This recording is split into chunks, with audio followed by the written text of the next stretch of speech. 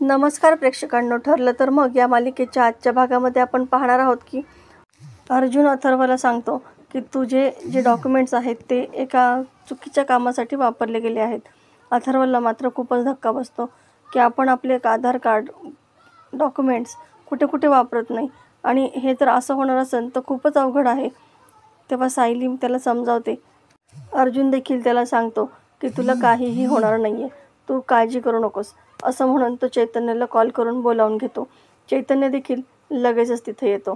आता इकडे महिपत जोशीला फोन करत असतो, मात्र जोशी काही फोन उचलत नसतो. महिपत खूपच चिडतो आणि रागातच आपला फोन खाली फेकून देतो. साक्षी त्याला म्हणते, तुमची अशी चिडचिड करण्याने काही होणार आहे का, परिस्थिती बदलणार आहे का? महिपत म्हणतो, नक्कीच काहीतरी घडलं आहे.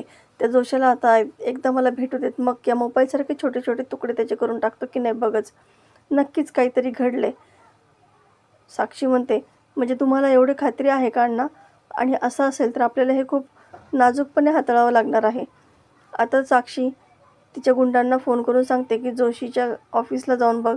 आणि महिपत तिच्या हातातून फोन काढून घेतो आणि नुसतं बघायचं नाही आहे, त्या जोशाला पोत्यामध्ये घालून इकडं आणा. तेव्हा साक्षी पुन्हा महिपतवरती चिडते. ती गुंडांना सांगते की जोशीकडे जाऊन फक्त निरोप द्यायचा आहे की महिपत शिकरे खूप चिडले आहेत आणि त्यांनी तुला बोलावलं आहे. एवढं खूप आहे कारण त्याला इथं पळत पळत येण्यासाठी. आता इकडे चैतन्य जेव्हा येतो त्यावेळेस अथर्व विचारायला समोर पाहून तो खूपच आश्चर्यचकित होतो. आणि चैतन्य म्हणतो, आता जेव्हा कोर्टामध्ये अथर्व विचारायला साक्षी आणि महिपत पाहतील ना, तेव्हा त्यांचे बघ चेहरे कसे होतील, अगदी बघण्यासारखे होतील. आता तेव्हा कोर्टाचं नाव काढल्यानंतर अथर्व विचारे खूपच घाबरतो. म्हणजे कोर्टामध्ये जायचं आहे मला खूप भीती वाटते. याआधी मी कधीच कोर्टामध्ये गेलो नाही.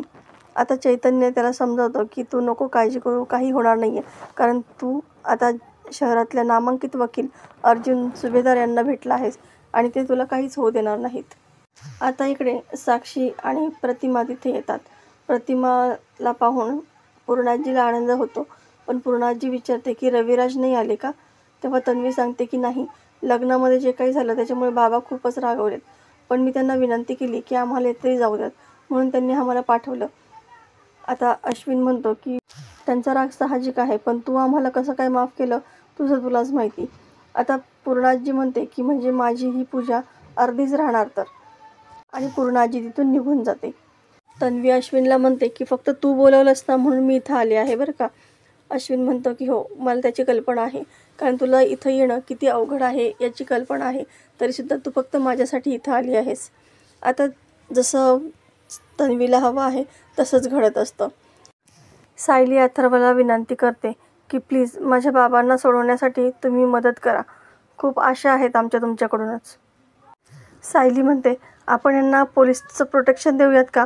अर्जुन म्हणतो, तेवढा वेळ नाही आहे आणि पोलिसांना यांच्याबद्दल सगळं सांगावं लागेल आणि याची जर खबर महिपतला मिळाली तर ते आपल्यासाठी महागात पडेल.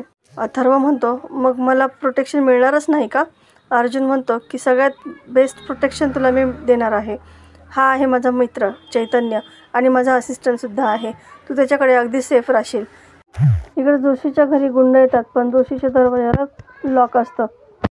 तो लगेच महिपतला फोन करून सांगतो की जोशी फरार झालेला आहे. आता महिपत मात्र खूपच चिडलेला असतो. इकडे पूर्णाजी प्रतिमाला म्हणते की अख्खं आयुष्य गेलं मला नाती सांभाळण्यासाठी, पण आता बघ ना, नातवाच्या तोंडीकडं तर जावयाच्या दुसरीकडे. प्रतिमा म्हणते की माणसं वाईट नाही आहेत गं, आत्ताची परिस्थिती वाईट आहे, पण जी गोष्ट तुझी आहे ना ती तुझ्याकडे फिरून परत नक्की येणार आहे. रविराज, अर्जुन सगळे एकत्र येतील. पूर्णाजी मनोमन देवाचे आभार मानते आणि प्रतिमा म्हणते तसंच होऊ देत. माझी या शिवरात्रीच्या पूजेनिमित्त एवढीच मागणी आहे, तेवढी पूर्ण कर, असं ती देवाला प्रार्थना करते. इकडे अथर्व विचारे म्हणतो की शिर्केसारख्या क्रूर प्रवृत्तीच्या माणसांना ठेचून काढण्यासाठी माझा खारीचा वाटा जरी मला देता आला तरीसुद्धा खूप झालं, मी यायला तयार आहे. तेव्हा अर्जुन म्हणतो की तुम्ही आता लगेचच निघा, कोणी तुम्हाला बघायच्या आत. तेव्हा चैतन्य आणि सर्वजण तिथून निघून जातात. तितक्यात साक्षीला कॉल येतो आणि आवाज येत नाही म्हणून ती बाहेर येते, तर चौघांना या ठिकाणी बोलताना पाहते. साक्षी येऊन म्हणते की पूजा तर आतमध्ये चालू आहे, मग तुम्ही इथं बाहेर उभं राहून काय करताय? अर्जुन म्हणतो की माझ्याच घरामध्ये मी कुठं उभं राहावं आता, हे मी तुला विचारणार का? साक्षी म्हणते त्याची काही गरज नाही आहे, असंही लग्न कुठे तुम्हाला विचारून केलंयस.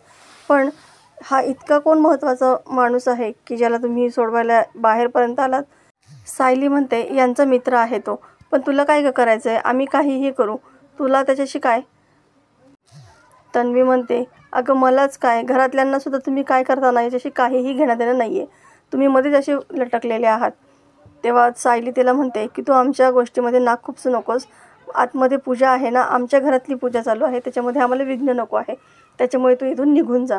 आता तन्वी तिथून निघून जाते आणि चैतन्यसुद्धा अथर्वला घेऊन तिथून निघून जातो. आता इकडे तन्वी अश्विनच्या खोलीमध्ये येते आणि काही दिवसानंतर ही खोली माझीच होणार आहे असं स्वतःशीच म्हणत असते. तितक्यात अश्विन त्या ठिकाणी येतो आणि तू इथे कशी काय असं विचारतो. तेव्हा तन्वी नाटकी सांगते की अरे काल पायात पाय अडकून पडले ना, त्याच्यामुळं माझा हात खूप दुखतोय, माझा हात बघ ना, चेक. अश्विन तिचा हात चेक करतो आणि तिच्या हाताला बँडेज गुंडाळतो. तन्वी मनातच म्हणते की तू माझ्या हाताला बँडेज गुंडाळतोय की मी तुला गुंडाळते हे तुला कळणारच नाही. तन्वी म्हणते की अश्विन फक्त तू माझ्या हाताला प्रेमाने बँडेज गुंडाळलं ना म्हणून मला बरं वाटते. अश्विन तिच्या बोलण्याने थोडासा घाबरल्यासारखा होतो. आता इकडे तन्वीची बडबड चालू असते, मात्र अश्विनचं लक्ष सगळं त्याच्या पेशंटच्या फाईलमध्ये असतं.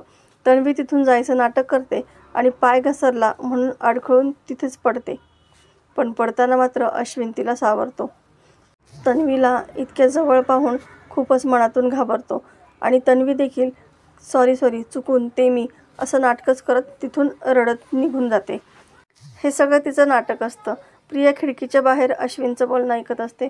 अश्विन स्वतःशीच म्हणतो की किती तन्वी बिचारी आहे ना, की किती प्रत्येक गोष्टीचा विचार करत असते आणि आता एक मित्र म्हणून मलाच तिला या सगळ्या परिस्थितीतून बाहेर काढावं लागणार आहे. इकडे तन्वीच्या हाताला बँडेज बघून कल्पना तिची विचारपूस करते. तेव्हा तन्वी सांगते की काही नाही, कालपासून माझा थोडा हात दुखत होता ना, मग आपल्या घरच्या डॉक्टरला ते कळालं, मग त्यांनी बँडेज लावल्याशिवाय काही सोडलंच नाही. आता प्रतिमाला मात्र शंका येते, कारण तन्वीचा हात दुखत होता हे तिने काल सांगितलंही नाही. तर प्रेक्षकांनो, येणाऱ्या भागामध्ये आपल्याला पाहायला मिळणार आहे की अथर्व विचारे चैतन्याच्या घरातून गायब झालेला असतो. तेव्हा चैतन्य अर्जुनला सांगतो की अरे तो गायब झाला आहे, बहुतेक तो पळून गेला असावा. आता अर्जुनला खूपच मोठा धक्का बसतो.